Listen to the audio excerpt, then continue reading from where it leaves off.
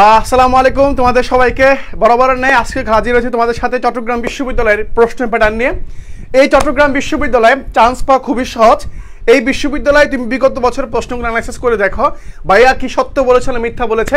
তুমি just analysis করবা, দেখবা তুমি সদ্য এসএসসি পাস করেছো, তুমি অ্যানালাইসিসগুলো করো, প্রশ্নগুলো দেখবা তুমি পেরেছো, তুমি পারবা। এবং যে প্রশ্নগুলো বিগত বছরে আসছে তোমার দেখবা ম্যাক্সিমাম অন্তত 50টা কোশ্চেন হলেও তুমি পারবা ইনশাআল্লাহ। তো প্রিয় ভাইরা দেরি করবা না, এই বিশ্ববিদ্যালয়কে জয় করার জন্য তোমাকে এখন থেকে প্রিপারেশন নিতে হবে। কারণ অনেকে সহজ মনে করবে এই বিশ্ববিদ্যালয়ের প্রশ্ন সহজ, আমি একটু পরে প্রিপারেশন নেই। এই দরাটা এখানেই খাবা, দরাটা তুমি এখানেই খাবা। যদি ভেবে নাও যে আমি একটু পরে শুরু করি তাহলে ভাই ভালো হবে না।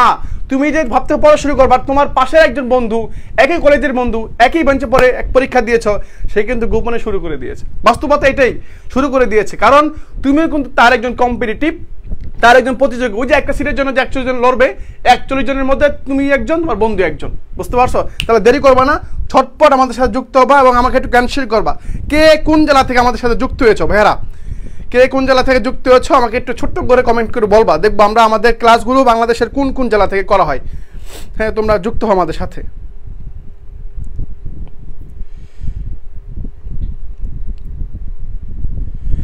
এই যে দেখতে পাচ্ছি অনেকে আমার সাথে চলে আসতেছো ভাইয়েরা, একটু দ্রুত আসবে। হ্যাঁ, আমরা সময় নষ্ট করবো না, তোমাদের গুরুত্বপূর্ণ সময়গুলো আমরা সুন্দর মতো ইউটিলাইজ করার চেষ্টা করবো।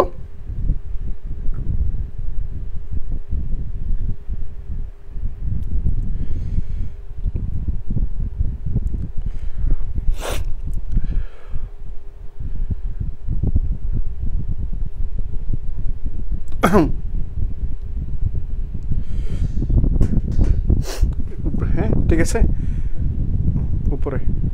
ওকে ভাইয়া, তাহলে আমরা একটু দেখবো যে সব জিনিসগুলো তোমার হচ্ছে ক্লিয়ার আছে কিনা। হ্যাঁ, আমি দেখতে পাচ্ছি তোমরা বলতেছো একজন হচ্ছে কুমিল্লা থেকে, একজন ফটিকছড়ি থেকে, ফটিকছড়ি চট্টগ্রামে একটা উপজেলা। একজন বলছো ভাইয়া আমি নওগাঁ থেকে। ওকে ভাইয়া, তাহলে আমি ক্লাস শুরু করব, আমি সময় নষ্ট করবো না, আমি তোমার জাস্ট বোঝানোর জন্য বলবো কোন কোন প্রশ্নগুলো তুমি কিভাবে সমাধান করবা এবং কিভাবে তুমি অ্যান্সার করতে পারো। ঠিক আছে ভাইরা? ওকে, যথেষ্ট ঠিক আছে ভাইয়া। তাহলে প্রিয় ভাইরা আমি ক্লাসে ফিরি। দেখো, খেয়াল করো, যে প্রশ্নগুলো আমার একটু দেখতে হবে, অ্যানালাইসিস করতে হবে। প্রশ্নগুলোর মধ্যে কি আছে, আজকে যে টপিকগুলো নিয়ে কথা বলবো সেটা দেখতে পাচ্ছি। এটা হচ্ছে কি প্রশ্ন প্যাটার্ন, সাধারণ জ্ঞানের চট্টগ্রাম বিশ্ববিদ্যালয়ের প্রশ্নগুলো আমি তোমাকে একটু ভেঙে ভেঙে দেখানোর চেষ্টা করব।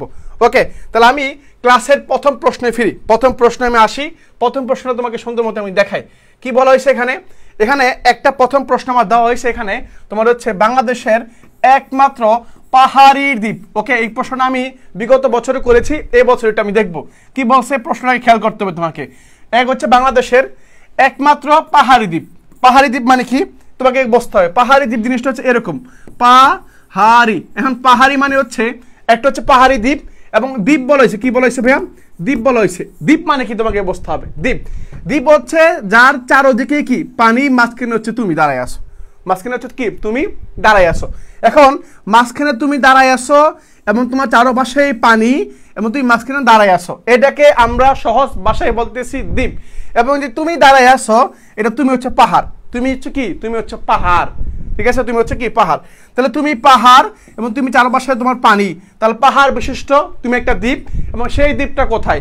সেটা কিন্তু একটা জেলা না, সেটা একটা উপজেলা। এবং সেটা কোন উপজেলা বা কোন জেলার উপজেলা বলতে হবে। পরীক্ষা হয়তো ঘুরে প্রশ্ন দিতে পারে, এরকম পরীক্ষা হয়তো ঘুরিয়ে প্রশ্ন দিতে পারে। কিরকম প্রশ্ন দিতে সবাই তোমাকে বলবো, একটু খেয়াল করো। প্রত্যেকটা জিনিস তোমাকে আগে অনুধাবন করতে হবে এবং বুঝতে হবে। এই যে প্রশ্নটা এখানে করা হয়েছে, এই প্রশ্নটা একটু ভিন্ন প্যাটার্ন হইতে পারে, একটু ভিন্ন আঙ্গিকে আসতে পারে, পারে না? আসতে পারে। তুমি উত্তর দিচ্ছ মহেশখালী, তুমি উত্তর দিচ্ছ কি মহেশখালী দিচ্ছ। এখন এই যে মহেশখালী যেটা আছে, এই মহেশখালী হচ্ছে কক্সবাজার। কি বাজার? কক্সবাজার এর একটা উপজেলা। কি ভাইয়া? একটা উপজেলা। তোমাকে ঠিক এভাবেই পড়তে হবে। অর্থাৎ তোমাকে যে এমসিকিউগুলো পরীক্ষায় দেওয়া হবে বা তুমি বিগত বছর যে এমসিকিউগুলো পড়বা, সেই এমসিকিউগুলো বিগত বছর যেগুলো আসছে সেগুলো তো পড়বাই। এবং সেই সম্পর্কে তো মহেশখালী কোথায়, প্রশ্ন করো নিজেকে, মহেশখালীটা কোথায়? আমি বুঝলাম, আমি পেরেছি যে বাংলাদেশের একমাত্র পাহাড় বিশিষ্ট দ্বীপ হচ্ছে মহেশখালী। ঠিক আছে, বাট এটা কোথায়? বাংলাদেশের কোন জায়গায়? এটা হচ্ছে কক্সবাজারে। কক্সবাজারের উপজেলার মধ্যে, অনেকগুলো উপজেলার মধ্যে একটা হচ্ছে মহেশখালী উপজেলা। এই মহেশখালী উপজেলা হচ্ছে তোমার হচ্ছে বাংলাদেশের একমাত্র পাহাড় বিশিষ্ট উপজেলা বা দ্বীপ। ওকে, এটা মনে রাখবা। তাহলে এটা কোন বিভাগ? যদি প্রশ্ন করাও ভাইয়া এটা কোন বিভাগে পড়ছে বাংলাদেশের মধ্যে মোট 8টা বিভাগ আছে, তার মধ্যে চট্টগ্রাম একটা বিভাগ। এই চট্টগ্রাম বিভাগের মধ্যে কক্সবাজার জেলার মধ্যে একটা উপজেলা হচ্ছে মহেশখালী। ক্লিয়ার? আশা করি এভাবে পড়বা, তাহলে কনফিউশন থাকবে না না না। ওকে, পরবর্তী কি বলছে দেখো, পরবর্তী আমার এখানে বলা হয়েছে টেকসই উন্নয়ন সংক্রান্ত 2030 এজেন্ডাতে the agenda for sustainable development goals এর লক্ষ্য করা বলা হয়েছে। তোমরা এই প্রশ্নটা অনেকবার পেয়েছো। এই প্রশ্নটার উত্তর দেখা খুবই সহজ, খুবই সহজ। আমি বলি, এটা সত্য কথা বলি, আমি যখন পরীক্ষা দিছি তখন আমার পরীক্ষা আসছিল এসডিজি এর লক্ষ্যমাত্রা কয়টা। আর তোমার জুয়েল ভাই যখন তোমার পরীক্ষা দিছে তখন আসছে এসডিজি এর পুনরূপ কি। বুঝতে পারছো? মানে আমি পরীক্ষা দিছি যখন আমার সময় আসছে এসডিজির লক্ষ্যমাত্রা কয়টা এটা আসছে, আর জুয়েল যখন পরীক্ষা দিছে তখন তার পরীক্ষায় আসছে এসডিজি এর পুনরূপটা কি এটা আসছে। আর গত বছর আসছে এটা কি আসছে, এটা টেকসই উন্নয়ন সংক্রান্ত 2030 এজেন্ডাতে agenda for sustainable development goals এর লক্ষ্য কয়টা ভাইয়া? এর লক্ষ্য হচ্ছে আমার 17টা। কয়টা ভাইয়া? 17টা। হ্যাঁ, 17টা। এই 17টা লক্ষ্য এবং এটার সাব গোল আছে, মানে আরো অনেকগুলো উপলক্ষ্য আছে। কয়টা উপলক্ষ্য জানো? উপলক্ষ্য কয়টা খেয়াল করো। এটা হচ্ছে লক্ষ্য, এটা আমার কি ভাইয়া? এটা হচ্ছে আমার লক্ষ্য, খেয়াল রাখবা, এটা হচ্ছে আমার লক্ষ্য কয়টা? 17টা। তুমি জানো, আমিও জানি। ওকে, এবং এটার উপলক্ষ্য কয়টা? উপলক্ষ্য মানে সাব গোলস। হ্যাঁ, উপলক্ষ্য হচ্ছে 69টা। কয়টা ভাইয়া? 169টা হচ্ছে উপলক্ষ্য, মনে রাখবা। 169টা হচ্ছে আমার কি উপলক্ষ্য। তাহলে আমার লক্ষ্য 17টা এবং উপলক্ষ হচ্ছে 169টা। কয়টা? 69টা। এবং সাস্টেইনেবল ডেভেলপমেন্ট গোলস এটা শুরু হয়েছিল 2015 সালে। কত সালে? 2015 সালে। 15 বছর মেয়াদি। এটা শেষ হবে 2030 সালে। কত সালে? 2030 সালে শেষ হবে। ওকে, এতটুকু আমি বুঝলাম ভাইয়া, পরবর্তী কি আছে ভাইয়া? পরবর্তী যে তথ্যগুলো জানতে হবে সেটা হচ্ছে এই সাস্টেইনেবল ডেভেলপমেন্ট গোল যে 17টা লক্ষ্য আছে, যেমন কি আছে, যেমন কেউ স্বাস্থ্যহীনতা ভুগবে না, মানে স্বাস্থ্যহীনতা ধরলাম, স্বাস্থ্যহীনতা পর হচ্ছে কি দারিদ্রতা। হ্যাঁ, লিখলাম দারিদ্রতা। হ্যাঁ, দারিদ্র লিখলাম। পর হচ্ছে কি, আবার বললাম পড়াশোনা বা শিক্ষা ছাড়া, অর্থাৎ স্বাস্থ্যহীনতায় ভুগবে না কেউ এমন নাই, আবার দারিদ্রতা থাকবে না, আবার কি পড়াশোনা ছাড়া মানুষ থাকবে না, এরকম। এখন এই জিনিসগুলোকে জাস্ট একটা বাক্যের মধ্যে ওনারা কি করছেন, ওনারা তুলে ধরছেন। বাক্যটা কি? বাক্যটা হচ্ছে একবার খুব সহজ, সেটা হচ্ছে কেউ পিছিয়ে থাকবে না, কেউ পিছিয়ে এটা হচ্ছে স্লোগান। এসডিজি এর স্লোগান হচ্ছে কেউ পিছিয়ে থাকবে না, পিছিয়ে থাকবে না, কেউ পিছিয়ে থাকবে নয়াকার না। জাস্ট এটা হচ্ছে তাদের স্লোগান। অর্থাৎ এসডিজি এই 17টা লক্ষ্যমাত্রা আছে বা লক্ষ্য উদ্দেশ্য আছে, এই লক্ষ্য উদ্দেশ্যগুলোর সবগুলোকে যখন আমি একসাথে করব, কম্বাইন করব, তখন আমার উত্তর দাঁড়াচ্ছে কি কেউ পিছিয়ে থাকবে না, কেউ পড়াশোনা থেকে পিছিয়ে থাকবে না, কেউ স্বাস্থ্যহীনতায় ভুগবে না, কেউ দারিদ্রতায় ভুগবে না, কেউ কষ্ট থাকবে না। হ্যাঁ, এই জিনিসগুলো হচ্ছে জাস্ট থাকবে না, মানে যত সমস্যাগুলো সবগুলো সমস্যা সমাধান হবে এবং কেউ পিছিয়ে থাকবে না, সবাই এগিয়ে যাবে। ক্লিয়ার? হ্যাঁ, 17টা এবং সাব গোলস কয়টা? সাব গোল দ্যাট মিনস উপলক্ষ্য কয়টা? উপলক্ষ্য হচ্ছে আমার 169টি এবং মেয়াদ বলে দিছি 2015 সালে শুরু, 2030 সালে গিয়ে শেষ হবে। ঠিক আছে ভাইরা? ওকে, এসডিজি পাইলাম। এর পরবর্তী আসি। তাহলে আমি তোমাকে জাস্ট এটাই বোঝানোর চেষ্টা করতে, তুমি যেভাবে পড়বা, আমি তোমাকে যেভাবে শেখাচ্ছি, তুমি হচ্ছে কি করবা ওইভাবেই সুন্দর মতো জিনিসগুলো শেষ করবা। পরবর্তী আসি, এটা হচ্ছে আমাদের আগের সিউ ড্রিম ব্যাচ এবং এই বছর আমরা একটা প্রশ্ন ব্যাংক বাই করতে, সেটা হচ্ছে সাধারণ প্রশ্ন ব্যাংক, যেই প্রশ্ন ব্যাংকের মধ্যে জাস্ট সুন্দর মতো ব্যাখ্যাগুলো দেওয়া থাকবে। আর টার্গেট সিউ dream batch second time first time দুজনে আসতে পারবা। আর এখানে পরীক্ষা বারবার পরীক্ষা দিয়ে তোমাকে ঝালাই করা হবে এবং সামনে যারা ভর্তি হবা প্রত্যেকটা লেকচারে যে পরীক্ষাগুলো দিবা এগুলো আবার সুন্দর মতো ব্যাখ্যা থাকবে। অর্থাৎ পরীক্ষা দিছ, যে প্রশ্নকে পরীক্ষা দিছ, তুমি মনে করো একটা অ্যান্সার পারো নাই, কেন পারো নাই উত্তরটা ওখানে দেওয়া আছে, তুমি উত্তরটা কেন ভুল করছো, উত্তর সলিউশন ওখানে দেওয়া থাকবে ইনশাল্লাহ। সামনে যারা ভর্তি হচ্ছে তারা প্রত্যেকটাতে কি পাবা, সলিউশন পাবে ইনশাল্লাহ, ব্যাখ্যা সহ উত্তর পাবা। পরবর্তী আসি, পরবর্তী প্রশ্ন হচ্ছে আমাদের এখানে, জাতীয় কবি কাজী নজরুল ইসলামকে কত সালে বাংলাদেশের নাগরিকত্ব প্রদান করা হয়? এখন খেয়াল করো, এই কাজী নজরুল ইসলাম তোমার হচ্ছে 1899 কত 1899 সালে জন্মগ্রহণ করেন। উনি কি করেন? উনি জন্মগ্রহণ করেন। এখন 1899 সালে উনি জন্মগ্রহণ করেন এবং ওনাকে বাংলাদেশ যখন স্বাধীন হয়ে যাওয়ার পরে ওনাকে বাংলাদেশে আনা হয় 1972 সালে। 1971 সালে দেশ স্বাধীন হয়। 1972 সালে তৎকালীন প্রধানমন্ত্রীর আদেশে অনুরোধে উনি বাংলাদেশে আসেন এবং বাংলাদেশে আসার পরে ওনাকে 1974 সালে ওনাকে জাতীয় কবি হিসেবে স্বীকৃতি দেওয়া হয়। ক্লিয়ার? জাতীয় কবি স্বীকৃতি দেওয়া হয় এবং 1974 সালে মানে উনি যখন 40 বছর বয়স উনি বাকরুদ্ধ হয়ে যান, উনি বাক শক্তি হারিয়ে ফেলেন। বুঝতে পারছো? বাক শক্তিটা উনি হারিয়ে ফেলছেন। তাহলে এখানে উত্তর হচ্ছে কি, এই যে একজন বলতেছে 76 সালে নাগরিকত্ব প্রদান করা হয়। নাগরিকত্ব সাল 72 হবে ভাই। উত্তর হচ্ছে সবাই বলতেছে 74। উত্তর কি 74? 76 হবে না ভাই, উত্তর যতটুকু মনে হয় তোমার হচ্ছে 72 হবে। 72। আচ্ছা, উত্তরে কারেকশন করবো, সমস্যা নাই। এটা 76 হবে না, কারণ 76 যাবে না। এখানে উত্তর হয়তো 72 বা 74 এরকম একটা অ্যান্সার হবে ইনশাল্লাহ। ঠিক আছে? ওকে ভাইরা, পরবর্তী প্রশ্নে আসি। হ্যাঁ, 76-এ মারা যায় বলতেছে একজন। ওকে, পরবর্তী প্রশ্ন খেয়াল করো কি বলছে। মহান মুক্তিযুদ্ধে খেতাবপ্রাপ্ত একজন বিদেশি ব্যক্তি ছিল। কে ছিল ভাইয়া? একজন বিদেশি ব্যক্তি। এই বিদেশি ব্যক্তি তোমার হচ্ছে ব্যক্তিটা কে ছিলেন প্রশ্ন করা হয়েছে এটা। এখন একটু চিন্তা করো কি বলছে এটা।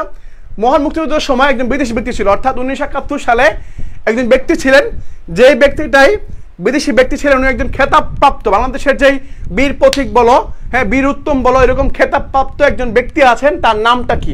হ্যাঁ, তার নামটা হচ্ছে W.H. ওডারল্যান্ড। জাস্ট মনে রাখবা, মানে এটা হচ্ছে এরকম, বাংলাদেশের যখন কি হয়, যখন তোমার হচ্ছে মুক্তিযুদ্ধ হয়, ওই মুক্তিযুদ্ধের সময় একজন বিদেশি ছিল, ওই বিদেশি আসার পরে তোমার হচ্ছে উনি বাংলাদেশে যুদ্ধ করছেন।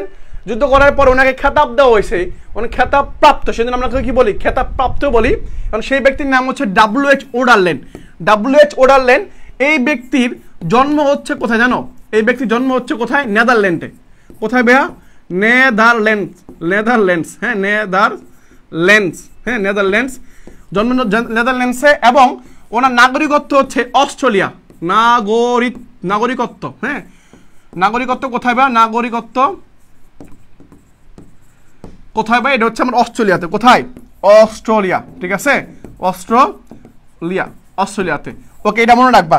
তাহলে ওনার নাগরিকত্ব কোথায়? নাগরিকত্ব হচ্ছে আমার অস্ট্রেলিয়াতে, আর জন্মগ্রহণ করছে কোথায়?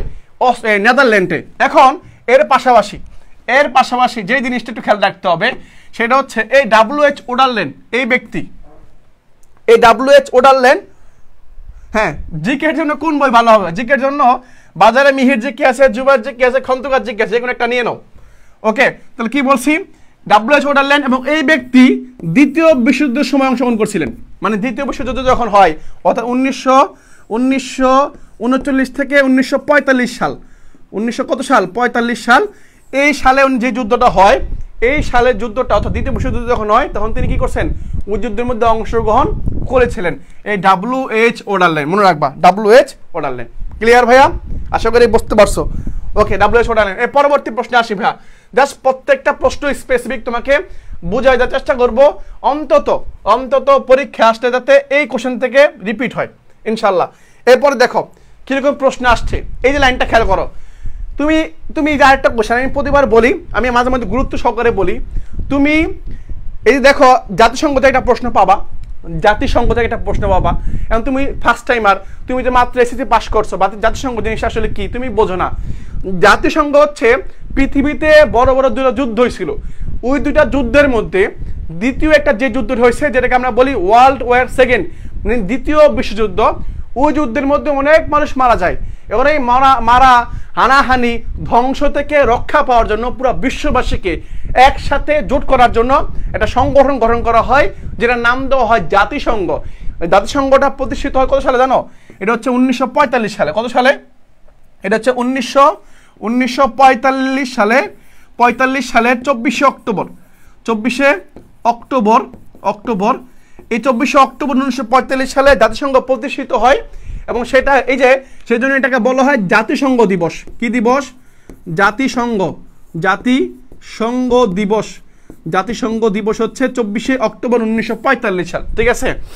এটা গঠন করার মাধ্যমে তোমার হচ্ছে দেশ বিদেশে বা সারা পৃথিবীতে জাস্ট একটা নিয়ন্ত্রণের মাধ্যমে কখন কোনো ঝামেলা থেকে পরিত্রাণ করার জন্য এরা মীমাংসা করে, এরা সমাধান দেয় বা মীমাংসা করে, ঠিক আছে। এটা জাতিসংঘ। এই যে এগুলো থেকে পরীক্ষা প্রশ্ন আসে, এবং আমি বলে থাকি দিবস থেকে পরীক্ষা প্রশ্ন, বিভিন্ন দিবস থেকে পরীক্ষায় চট্টগ্রাম বিশ্ববিদ্যালয়ে আসে। কিরকম? গত বছর আসছে মানবাধিকার দিবস কবে, বুঝতে পারছো? মানবাধিকার বিশ্ব মানবাধিকার দিবস কবে, এটা পরীক্ষা আসছে। উত্তর হচ্ছে 10 ডিসেম্বর। কত ডিসেম্বর ভাইয়া? 10 ডিসেম্বর। হ্যাঁ, ডিসেম্বর। হয়তো তোমার মনে থাকতে নাও পারে, কারণ তুমি একবার শুনছো, তোমার মনে হবে এটা তো আমি একবার শুনি না ভাই, আমি তোমাদের পড়াইতে মুখস্থ হয়েছে। তার মানে তুমি একবার শুনছো, আজকে নেক্সট আরেকবার শুনবা, তুমি একবার পড়বা, আরেকজনের মুখে শুনবা, বন্ধু বান্ধবীর মুখে শুনবা, তো তোমার মাথায় গেঁথে যাবে যে মানবাধিকার দিবস হচ্ছে 10 ডিসেম্বর, তোমার এভাবে গেঁথে যাবে, তাহলে তুমি পারবা, ঠিক আছে। এভাবে দিবস। এর পাশাপাশি বলছিলাম যে বিভিন্ন লাইন থেকে পরীক্ষা কেন জানি প্রশ্ন দেয়, আমি বুঝি না। ওনারা এটা বেশি পছন্দ করে। কি বলছি? লেবানন ও ইসরায়েল, এই লেবানন আর ইসরায়েল এই দুইটা দেশকে আলাদা করছে। যেমন দেখো আমাদের এলাকায় যেমন ধান চাষ করার আগে বা খেতে মাঠে কি করে, একজনের জমি হচ্ছে এখানে, আরেকজনের জমি হচ্ছে কোথায়, এই যে এখানে। এখন এই দুজনের জমির মাঝখানে কি থাকে? আইল থাকে না ভাইয়া? আইল আমরা যেটা কি বলি, আইল বলি না, আইল মাঝখানে যে সীমানা থাকে না, আইল বলি না, আইল। অর্থাৎ দুইটা জমিনকে আলাদা করার জন্য যে মাঝখানে যে সারি থাকে না, লাইন থাকে, ওটা আমরা কি বলি? আমরা গ্রাম অঞ্চলে বলি আইল, আইল। ক্ষেতের আইল থাকে না, এই যে আইলটা, এটাকেই আমরা কি বলতেছি? লাইন। কি বলতেছি? মানে শুদ্ধ ভাষায় কি বলতেছি? লাইন। কি বলতেছি ভাইয়া? লাইন বলতেছি। এখন এই লাইন কি লাইন? এই লাইনটাকে, অর্থাৎ ঠিক পৃথিবীতেও ইসরায়েল নামে একটা দেশ আছে, লেবানন নামে একটা দেশ আছে, এই দুইটা দেশকে যে লাইনটা কি করছে? আলাদা করছে। যেমন এই যে ইসরায়েল হচ্ছে এখানে, মনে করো ইসরায়েল হচ্ছে এখানে, লেবানন হচ্ছে এখানে, এই মাঝখানে ফারাকটা, এই যে লাইনটা, এই লাইনটার নাম কি?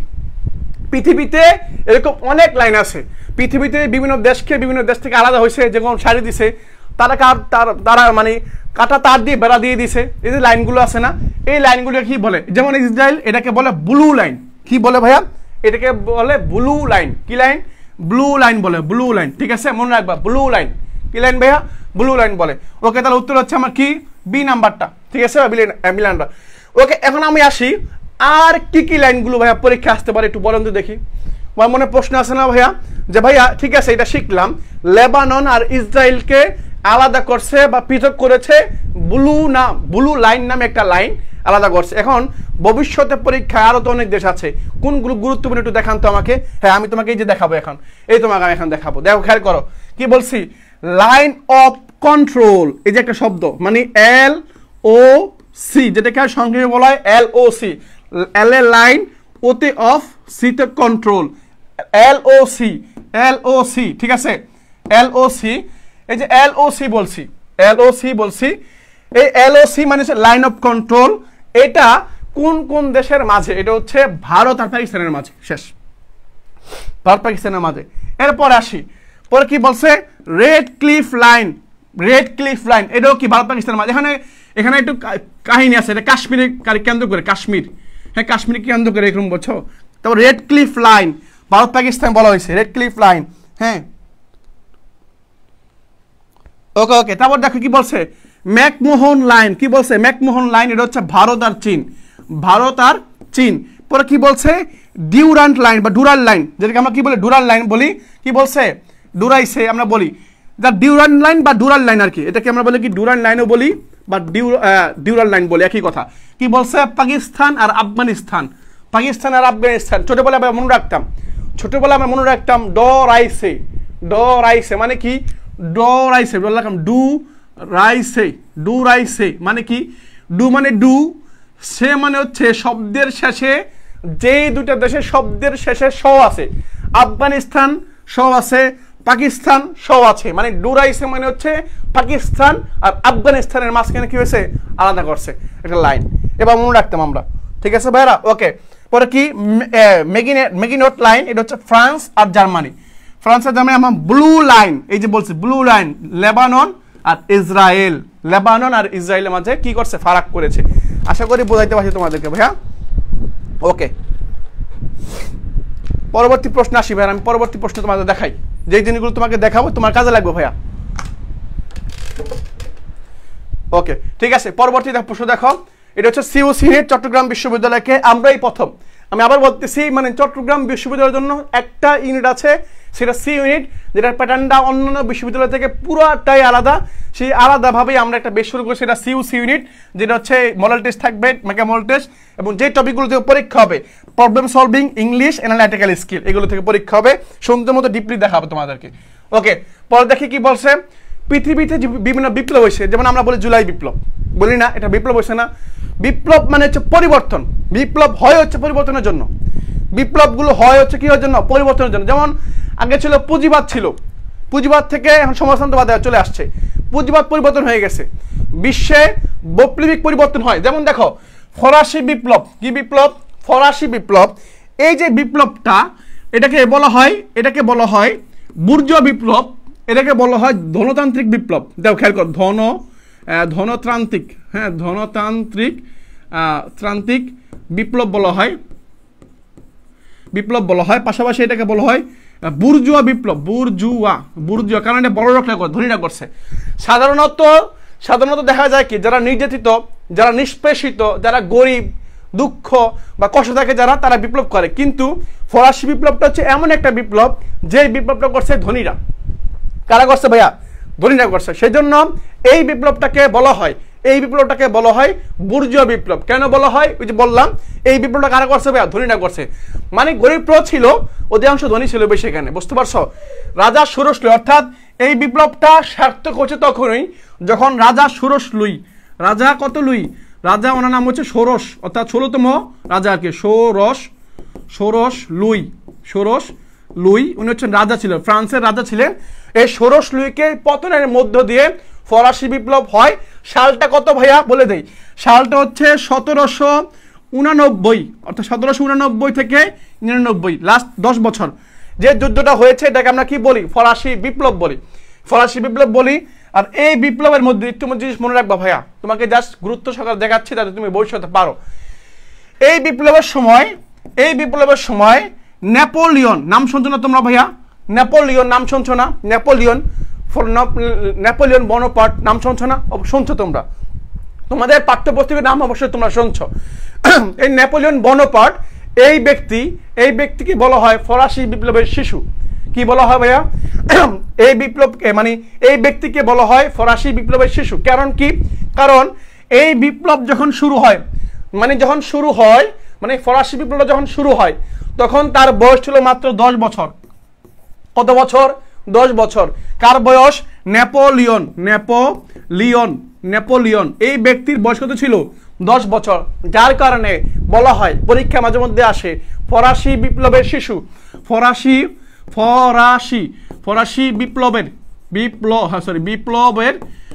বিপ্লবের শিশু বলা হয়। শিশু বলা হয় কাকে? উত্তর হবে নেপোলিয়ন বোনাপার্ট। এই ব্যক্তিকে বলা হয় ফরাসি বিপ্লবের শিশু। এখন ফরাসি বিপ্লবের শিশু বলা কাকে? নেপোলিয়নকে। ওকে, এটা পেয়ে গেলাম। এরপর আসি এই বিপ্লব থেকে আমরা 3টা জিনিস পাই। কি কি পাই? একটা হচ্ছে সাম্য, কি পেলাম? সাম্য, ভ্রাতৃত্ব, আর কি? ইকুয়ালিটি, ফ্রিডম, স্বাধীনতা। হ্যাঁ, সাম্য, স্বাধীনতা, স্বাধীনতা। এই 3টা জিনিস আমরা পাই। মানে এই বিপ্লবের স্লোগান হচ্ছে স্বাধীনতা, সাম্য, ভ্রাতৃত্ব। এই বিপ্লবের স্লোগান, বুঝছো? ওকে, আশা করি তোমাদের বোঝাতে পারছি। হ্যাঁ, ফরাসি গুড। ফারিয়া আহমেদ বলছো ফরাসি বিপ্লবের শিশু বলে কাকে? নেপোলিয়নকে। তোমরা খালি শুনে আসছো, আজকে ভাইয়া প্রমাণ সহ বলে দিছে যে বিপ্লব যখন শুরু হয়, নেপোলিয়নের বয়স ছিল 10 বছর, বিপ্লব যখন শেষ হয়, নেপোলিয়নের বয়স তখন 20 বছর। ক্লিয়ার? কারণ বিপ্লব শুরু হয়েছে 1789-তে, শেষ হয়েছে 1799-তে, মাঝখানে 10 বছর গ্যাপ। তখন তার ছিল 10 বছর, 10 বছরে বিপ্লব হয়েছে মোট 20 বছর। বিপ্লব শেষ হওয়ার সময় তার বয়স 20, বিপ্লব শুরু হওয়ার সময় তার বয়স 10। বুঝতে পারছো? ওকে ভাই, ক্লিয়ার বোঝাতে পারছি তোমাদেরকে। পরবর্তী প্রশ্নে আসি ভাই। দেখো, কত সালে খন্দকের যুদ্ধ সংঘটিত হয়? এই প্রশ্নগুলো আসে যারা বিনিয়োগ পরীক্ষা দিবা। প্রিয় ভাইরা, একটু আঙ্গুল দিয়ে বলে দিই তোমাদেরকে, চিহ্নিত করে দিই। যারা বি ইউনিটে পরীক্ষা দিবা, কি ইউনিট? বি ইউনিটে পরীক্ষা দেবা, বি ইউনিটে পরীক্ষা দেওয়ার জন্য, বি ইউনিটে পরীক্ষা যারা দিবা তারা অবশ্যই ইসলামের যে যুদ্ধগুলো হয়েছে না, অর্থাৎ হযরত মুহাম্মদ সাল্লাল্লাহু আলাইহি সাল্লাম মারা যাওয়ার পরে ইসলামের খলিফা যারা আসছেন, যেমন আবু বকর ছিল প্রথম খলিফা, আবু বকর ছিল কি প্রথম খলিফা, মনে রাখবা ইসলামের প্রথম খলিফাকে হযরত আবু বকর রাদিয়াল্লাহু তাআলা আনহু, উনি প্রথম খলিফা। ওনার সময় একটা যুদ্ধ হয়, কি হয় ভাইয়া? একটা যুদ্ধ হয়, যে যুদ্ধের নাম হচ্ছে রিদ্দার যুদ্ধ। কি যুদ্ধ? রিদ্দার যুদ্ধ। এখন প্রশ্ন হতে পারে ভাইয়া রিদ্দা মানে কি? রিদ্দা শব্দের অর্থ হচ্ছে ধর্মত্যাগী। কেন ধর্মত্যাগী? মানে হযরত মুহাম্মদ সাল্লাল্লাহু আলাইহি ওয়াসাল্লাম যখন জীবিত ছিলেন, এক শ্রেণীর লোক তার পক্ষে ছিল, তখন তাকে দেখা দেখি ইসলাম ধর্ম গ্রহণ করেছিল। বা যখন হযরত মুহাম্মদ সাল্লাল্লাহু আলাইহি ওয়াসাল্লাম মারা গেলেন বা ইন্তেকাল করলেন, তখন এক শ্রেণী কি করলো? ধর্মত্যাগ করে আগের অবস্থানে ফিরে গেল। তাদেরকে বলা হয় রিদ্দা। এই রিদ্দার যুদ্ধ হয়েছে ধর্মত্যাগীদের বিরুদ্ধে। বুঝতে পারছো? রিদ্দার যুদ্ধ। তাহলে কত সালে খন্দক যুদ্ধ, এবং এই যুদ্ধের একটু খেয়াল করা বোঝাচ্ছে তোমাকে। আল্লাহ রাসূল যখন মদিনায় চলে যাওয়ার পরে মক্কাবাসীর সাথে যুদ্ধ হয়, অনেকগুলো যুদ্ধ হচ্ছে। প্রথম যুদ্ধ হচ্ছে কি? বদর যুদ্ধ। মানে মক্কাবাসীর সাথে মদিনাবাসীর যুদ্ধ, প্রথম যুদ্ধের নাম কি? বদর যুদ্ধ। কি যুদ্ধ ভাইয়া? বদর যুদ্ধ। সেটা হচ্ছে কত? 624 খ্রিস্টাব্দে। 624 খ্রিস্টাব্দে, এবং সেটা হিজরি সাল হচ্ছে দ্বিতীয় হিজরি। জাস্ট মনে রাখবা, দ্বিতীয় হিজরি 624 খ্রিস্টাব্দ। কারণ কি? এখন ভাই তুমি প্রশ্ন করতে পারো, এখানে দ্বিতীয় হিজরি আপনি কিভাবে বাই করলেন? প্রশ্ন তোমার আসতে পারে না ভাই, আমি এটা করতে পারলাম। হিজরি সাল হচ্ছে দ্বিতীয়, এবং খ্রিস্টাব্দ হচ্ছে 624। এখন দ্বিতীয় কেন? হিজরি মানে কি? হিজরি মানে হচ্ছে হিজরত শব্দ থেকে আসছে, মানে এক জায়গা থেকে অন্য জায়গায় যাওয়া, স্থানান্তর। আল্লাহ রাসূল মক্কা থেকে মদিনায় গেছেন, যখন গিয়েছেন সেই সময়টাকে আমরা কি বলি? হিজরি সাল বলি। কখন গেছেন ভাইয়া? 622 খ্রিস্টাব্দে গেছেন। মানে উনি এই জায়গা থেকে এই জায়গায় গিয়েছেন কত খ্রিস্টাব্দে? 622 খ্রিস্টাব্দে। ওয়েট, যুদ্ধটা হয়েছে কত খ্রিস্টাব্দে? এই যে বদর যুদ্ধটা হয়েছে কত খ্রিস্টাব্দে? 2 বছর পরে। কত বছর পরে? 2 বছর পরে। তার মানে 622 থেকে আমার হিজরি সালটা কি মানে কাউন্ট করা শুরু। তাহলে 622, 23-এ কত হবে? প্রথম হিজরি হবে। 24-এ কত হবে? দ্বিতীয় হিজরি হবে। তাহলে হিজরি সাল হচ্ছে দ্বিতীয়, আর খ্রিস্টাব্দ হচ্ছে 624। ক্লিয়ার? বুঝতে পারছি? এখন বুঝতে পারছি তোমাদেরকে। ওকে, তাহলে খন্দক যুদ্ধ এটা কত হয় দেখো, খেয়াল করো। পরে হচ্ছে বদরের পর কি হলো? বদরের পর আমার হচ্ছে উহুদ যুদ্ধ। কি যুদ্ধ ভাইয়া? উহুদ। এই উহুদ যুদ্ধে মুসলমানদের সাময়িক একটা পরাজয় হয়। উহুদ যুদ্ধে কি হয়? উহুদ যুদ্ধে মুসলমানদের একটা কি হয়? সাময়িক পরাজয় হয়। এটা হচ্ছে 625-এ। কত হয়? 625-এ যুদ্ধটা হয়েছে। মুসলমানদের যে 50 জন বাহিনীকে রাখছিল আল্লাহ রাসূল, যে তোমরা এখানে থাকবা, এখানে লড়বা না, যুদ্ধ জিতি বাহারি, বাট ওরা লড়ে গেছে। ঠিক আছে? এটা হচ্ছে 625-এ। এখন এই খন্দক যুদ্ধ হয়েছে 627। কত? 627 অপশনই নেই।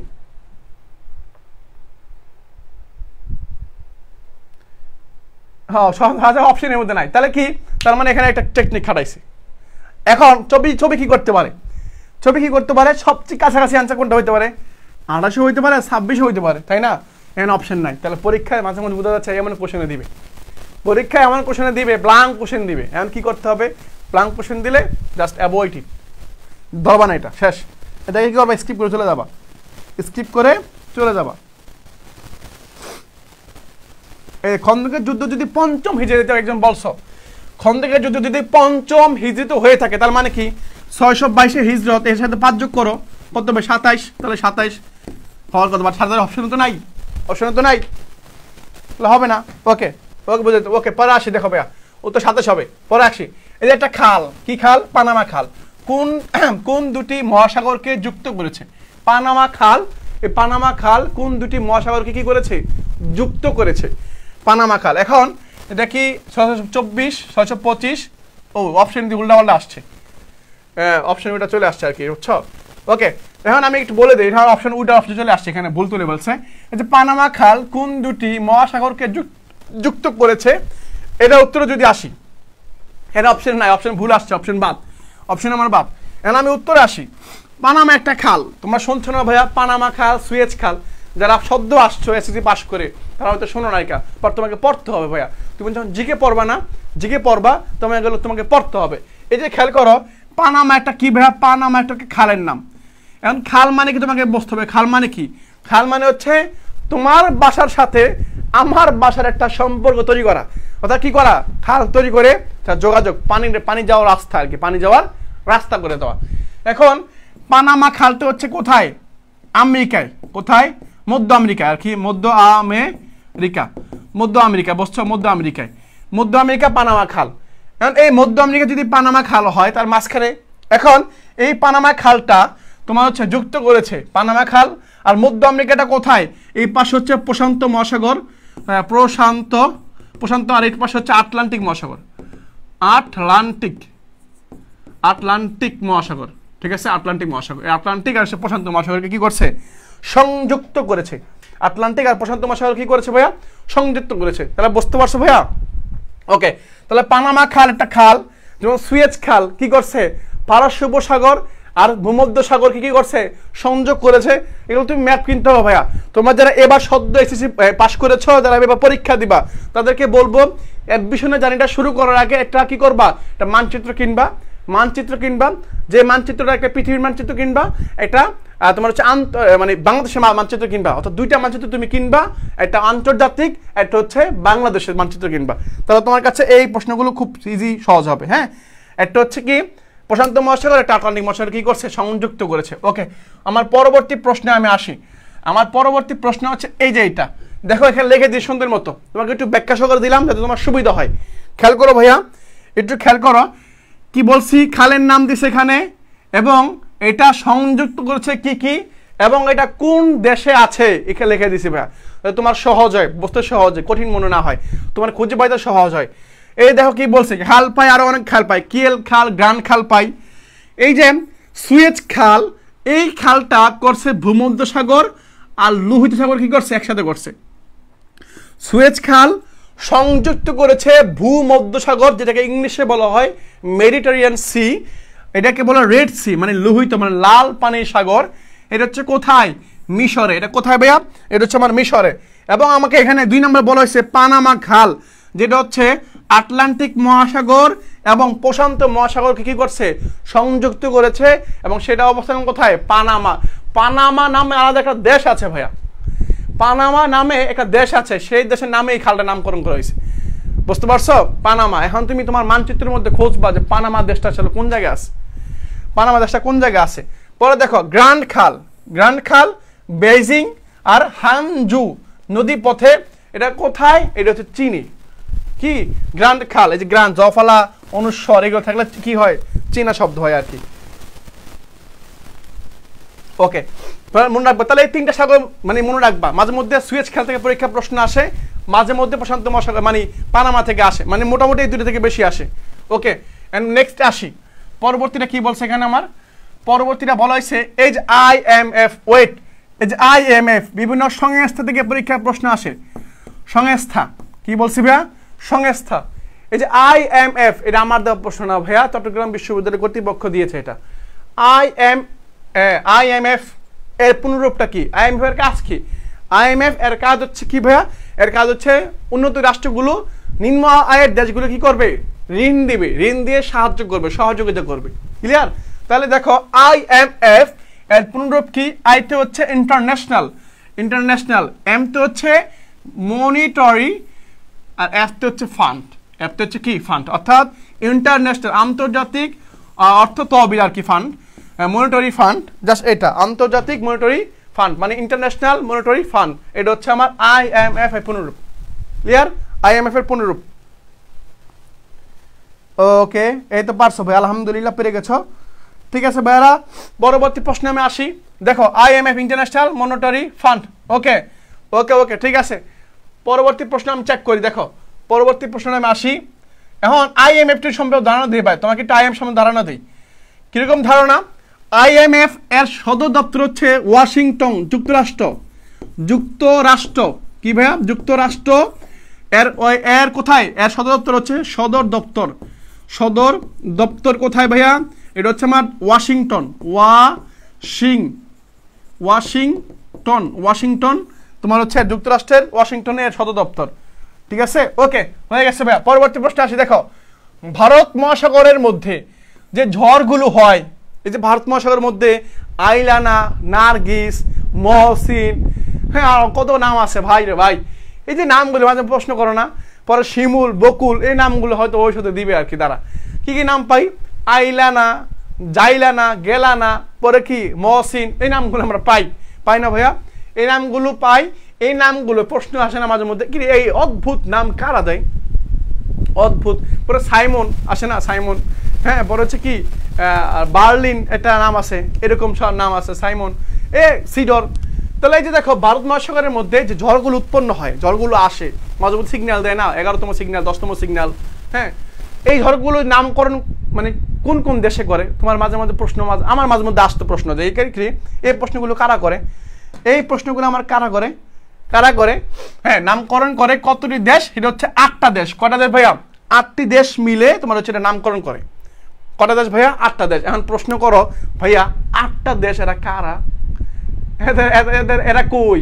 এরা সবাই ভারত মহাসাগরের তীরঘেঁষা দেশ। দেখি নামগুলা, এরা হচ্ছে এই যে এখানে ভাইয়া দেখো, খেয়াল করো, ভারত মহাসাগরের ঝড়গুলো নামকরণ করে 8টি দেশ। কয়টা দেশ? 8টা দেশ। বলে দিচ্ছি তোমাদেরকে। এক দেশগুলো হচ্ছে এক নাম বাংলাদেশ, ওরে আমার দেশ চলে আসে প্রথমে, বাংলাদেশ, পরে ভারত, পরে পাকিস্তান, পরে শ্রীলঙ্কা, পরে মালদ্বীপ, থাইল্যান্ড, ওমান আর মায়ানমার। এই 8টা দেশ মিলে এই অদ্ভুত নামগুলো দিয়ে থাকে। এই 8টা দেশ মিলে অদ্ভুত নামগুলো আমার দিয়ে থাকে। তাহলে বুঝতে পারছি যে ভারত মহাসাগরের ঝড়গুলোর নামকরণ করে কতটি দেশ? উত্তর হচ্ছে আমার 8টি দেশ। 8টি দেশের নাম কি কি? ভারত, পাকিস্তান, আফগানিস্তান, তারপর হচ্ছে কি মালদ্বীপ, থাইল্যান্ড, ওমান, মিয়ানমার। শেষ, ওমান, মিয়ানমার। এই তো আস্তে আস্তে ক্লিয়ার হচ্ছে, আস্তে আস্তে বুঝে ফেলতে সবকিছু, এভাবে আস্তে আস্তে বুঝবা ভাইয়া। পরে আসি দেখো, রাখাইন সম্প্রদায় প্রধানত কোন জেলায় বসবাস করে? এখন রাখাইন যারা আছে, যারা ভবিষ্যতে বা কখনো যদি কুয়াকাটায় যাও, অথবা যারা ইতিপূর্বে গিয়েছ কুয়াকাটার মধ্যে, তারা হয়তো দেখছো রাখাইনরা ওখানে বসবাস করে, কারণ রাখাইনরা ওখানে আসছে, পর্তুগিজরা ওখানে আসছে। এখন এই রাখাইন সম্প্রদায় কোন জেলায় বসবাস করে? উত্তর যদি এখানে বলি কক্সবাজার হবে, সিলেট হবে, ময়মনসিংহ হবে, অবশ্যই কোনটা হবে তোমরা বলতে পারবা। রাখাইন কারা? রাখাইন এই যে মায়ানমার থেকে যারা আসে, রাখাইন বসবাস করে কোথায়?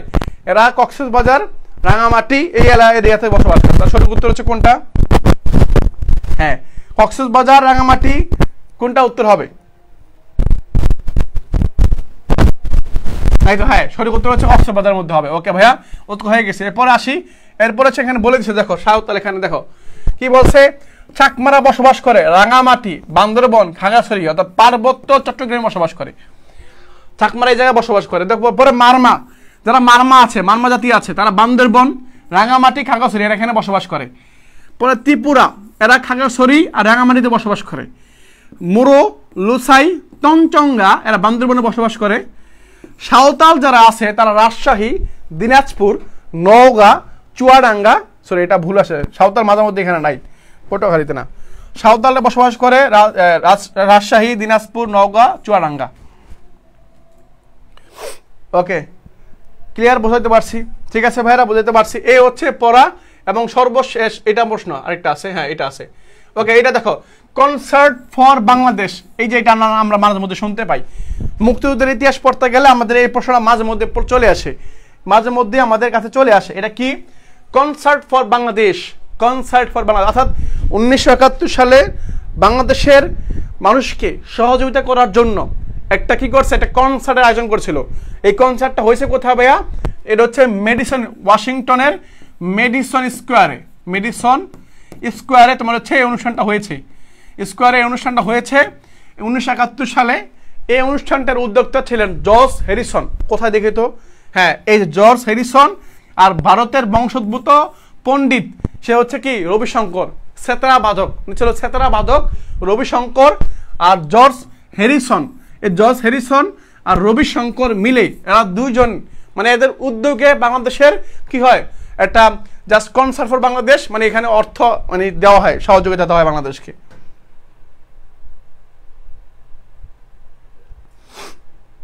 ওকে ঠিক আছে, তাহলে আশা করি বুঝতে পারছি। পরবর্তী প্রশ্ন এই যে দেখো, জাতিসংঘের সদর দপ্তর কোথায়? এইটা আসছে পরীক্ষায়, বলছিলাম না প্রতি বছর ঘুরে ফেরে একটা করে প্রশ্ন জাতিসংঘ থেকে দেয়।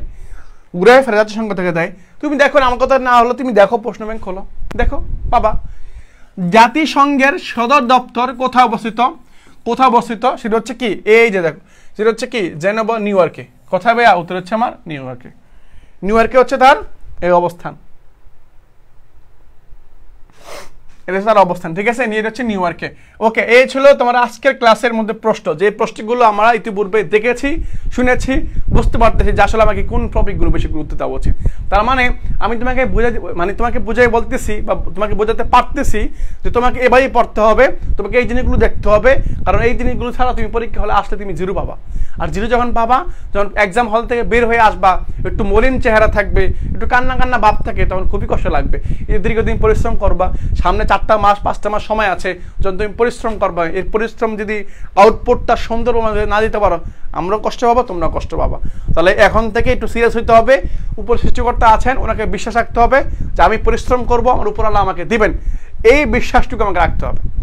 আমি এখন থেকে হিম্মত নিয়েছি ভাইয়া, আমি এখান থেকে শুরু করব, আজ থেকে শুরু করব, একবার অ্যাডমিশন আগ পর্যন্ত আমি কন্টিনিউয়াসলি, আমি চান্স নেওয়া পর্যন্ত আমি আমার পরিশ্রম চালিয়ে যাব। এই হিম্মতটুকু আজকে ক্লাস থেকে নিয়ে নাও।